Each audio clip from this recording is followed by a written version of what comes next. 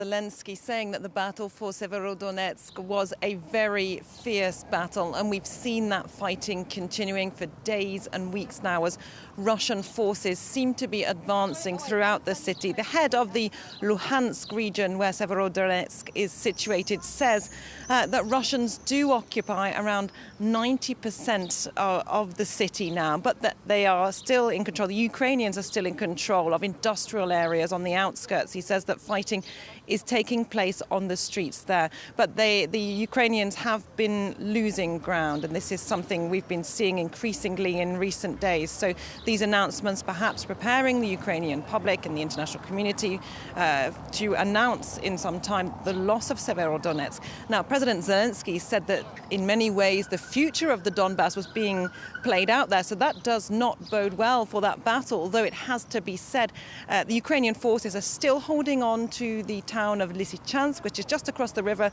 from Severodonetsk, but it's coming under very heavy shelling indeed. So extremely fierce fighting there taking place in the Donbas, and the Russians seem to be advancing, but that is taking place very slowly with this fierce artillery battle, which has been so characteristic of the fighting in the east of Ukraine.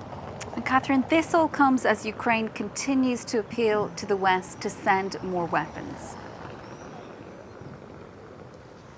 That's right. The Ukrainian authorities have been keeping up their appeals to the West to supply them rapidly with more heavy artillery, which can reach long-range targets. Now, some of that we've been hearing from military officials has been arriving on the front line. So there have been images of the Ukrainian armed forces showing off howitzer and other artillery systems to foreign media, saying that this is making a difference for them in that battle for the east, that with that they're able to carry out precision strikes which are taking out Russian artillery batteries. But they say they need more of this, and they need it fast, because every day that goes past, the Ukrainian forces and Ukrainian territory is being pounded by Russian artillery, who've been, as we've seen, destroying many of the towns that then they hope to go on and take with troops advancing further forward. So very much, yes, the mission from the Ukrainian government, the message, from the Ukrainian government is